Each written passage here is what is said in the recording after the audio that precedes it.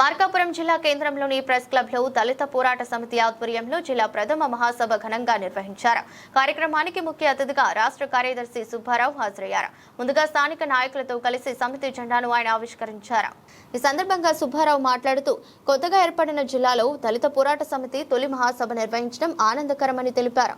Doctor BR Ambedkar దళితులు, గిరిజనులు మరియు బలహీన వర్గాల అభివృద్ధి కోసం రాజ్యాంగంలో కల్పించిన రిజర్వేషన్లు ప్రస్తుతం పాలకులు అనుసరిస్తున్న సరళీకరణ, ఆర్థిక సంస్కరణలు, ప్రైవేటీకరణ విధానాల పట్ల సక్రమంగా అమలు కావటం లేదని విమర్శించారు. కొత్తగా ప్రభుత్వ రంగ పరిశ్రమలను స్థాపించకపోవటమే కాకుండా ఇప్పటికే ఉన్న సంస్థలను కూడా ప్రైవేటీకరణ చేయటం ద్వారా దశల వారీగా రిజర్వేషన్లను తగ్గిస్తున్నారని ఆరోపించారు. ప్రభుత్వ శాఖల్లో ఖాళీగా ఉన్న పోస్టులను భర్తీ చేయకుండా కాంట్రాక్ట్ అవుట్సోర్సింగ్ విధానాల ద్వారా ప్రైవేటీకరణకు ప్రాధాన్యం ఇస్తున్నారని పేర్కొన్నారు. ప్రస్తుతం నుంచి అనేక రాయితీలు పొందుతున్న ప్రైవేట్ సంస్థలు రిజర్వేషన్లను పట్టించుకోవటం లేదని, రాజ్యాంగం ప్రకారం వాటిని అమలు చేయాల్సిన ప్రభుత్వాలు కూడా ప్రైవేట్ రంగంలో రిజిస్ట్రేషన్ల అమలుకు చర్యలు తీసుకోవటం లేదని విమర్శించారు. దళితుల అభివృద్ధి కోసం చట్టబద్ధంగా కేటాయించాల్సిన 15% నిధులను ప్రభుత్వాలు పూర్తిగా కేటాయించడం లేదని, కేటాయించిన కొద్దిపాటి నిధులను కూడా ఇతర పథకాలకు మళ్లిస్తున్నారని ఆగ్రహం వ్యక్తం చేశారు. ఈ కార్యక్రమంలో దళిత పోరాట సమితి నాయకులు, కార్యకర్తలు పెద్ద సంఖ్యలో పాల్గొన్నారు.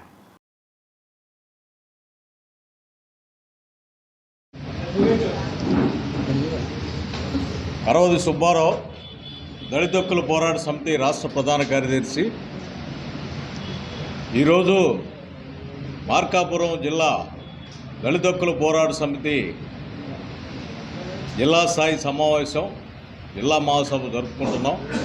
దీనికి అనేక మంది సిపిఐ నాయకులు, అలాగే దళిత లీడర్సు, అలాగే అనేక మంది మహిళలు ఈ కార్యక్రమం ఇచ్చేశారు. ఇది బాగా జరుగుతుందనేది చెప్పుకోవాలి.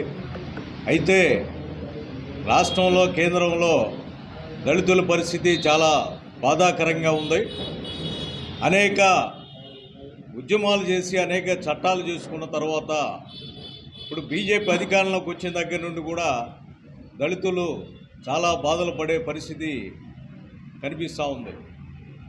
ఎందుకంటే అనేక పథకాలు దళితులకి ఉన్నాయిలే అని చెప్పి ఒక పక్క సంతోషించే క్రమంలో ఇప్పుడు చాలా కీలకమైనటువంటి రిజర్వేషన్లు వాళ్ళకి ఉపయోగపడేవి అవి రద్దు చేయడానికి ఈరోజు బీజేపీ ప్రభుత్వం కంకణం కట్టుకుంది. ఈ గతంలో మొదటగా 1950లో ఒక ప్రెసిడెన్షియల్ ఆర్డరు తీసుకురావడం జరిగింది. అది ఎందుకు జరిగిందో తెలియదు, కానీ ఆనాడు ఇక ఆ ప్రెసిడెన్షియల్ ఆర్డర్ని నేటికి కూడా అది గుర్తుండే పరిస్థితి లేదు. కానీ దాన్ని బీజేపీ వాళ్ళు ప్రత్యేకంగా ఎస్సీలని ఇబ్బంది పెట్టడానికి దళితులు క్రైస్తవ మతం తీసుకున్నారని చెప్పి అది గుర్తు చేసి సుప్రీంకోర్టును అడ్డం పెట్టుకొని ఆ రిజర్వేషన్లు దళితులకి అందకుండా చేయటానికి ఒక దుర్మార్గమైన ఆలోచనతో సుప్రీంకోర్టుని అడ్డం పెట్టుకొని రిజర్వేషన్లను ఈరోజు రద్దు చేయడానికి ప్రయత్నం చేస్తూ ఉన్నారు. ఇది ఇవాళ దుర్మార్గమైన ఆలోచనతోనే దళితుల్ని అన్ని విధాలుగా ఇబ్బంది పెట్టినట్టే వాళ్ళకి రిజర్వేషన్లు కూడా లేకుండా చేయడానికి ప్రయత్నం చేస్తున్నారు.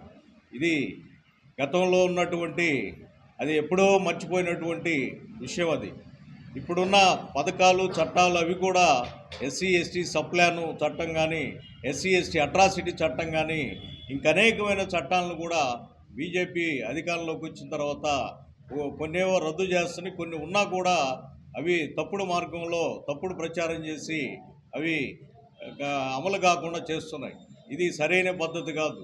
ప్రభుత్వాలంటే ప్రజలందరికీ కూడా అందుట్లో బలహీన వర్గాల్ని ముందుకు తీసుకెళ్ళి వాళ్ళని మంచిగా నడిపించాల్సిన బాధ్యత ప్రభుత్వాలకుంటే ఈరోజు ఒక పక్క దుర్మార్గంగా దాడులు చేస్తా వాళ్ళకి కనీసం హక్కులను కూడా లేకుండా చేయటం చాలా దుర్మార్గమైన విషయం. ఇది ఖచ్చితంగా దళిత హక్కుల పోరాట సమితి పరిశీలిస్తుంది. దేశవ్యాప్తంగా కూడా ఈ ఎజెండా, బీజేపీ దళిత వ్యతిరేక ఎజెండాని పసిగట్టి అన్ని విధాలుగా దళితులకు అండగా ఉండటానికి ఏదైతే చట్టాలు ఉన్నాయో ఆ చట్టాలను అమలు చేసుకోవడానికి దళిత హక్కుల పోరాట సమితి నిస్వార్థంగా పనిచేస్తూ అన్ని రకాల ప్రజల్ని, అన్ని పార్టీలను కూడా ఏకం చేసి దళిత హక్కులకు ఏదైతే భంగం కలుగుతుందో ఈ బీజేపీ ప్రభుత్వాన్ని ఖచ్చితంగా భవిష్యత్తులో అడ్డుకట్ట వేస్తాం. బీజేపీ ప్రభుత్వం అవసరమైతే దించడానికైనా సిద్ధమని చెప్పి దళిత హక్కుల పోరాట సమితిగా మేము డిమాండ్ చేస్తూ ఉన్నాం.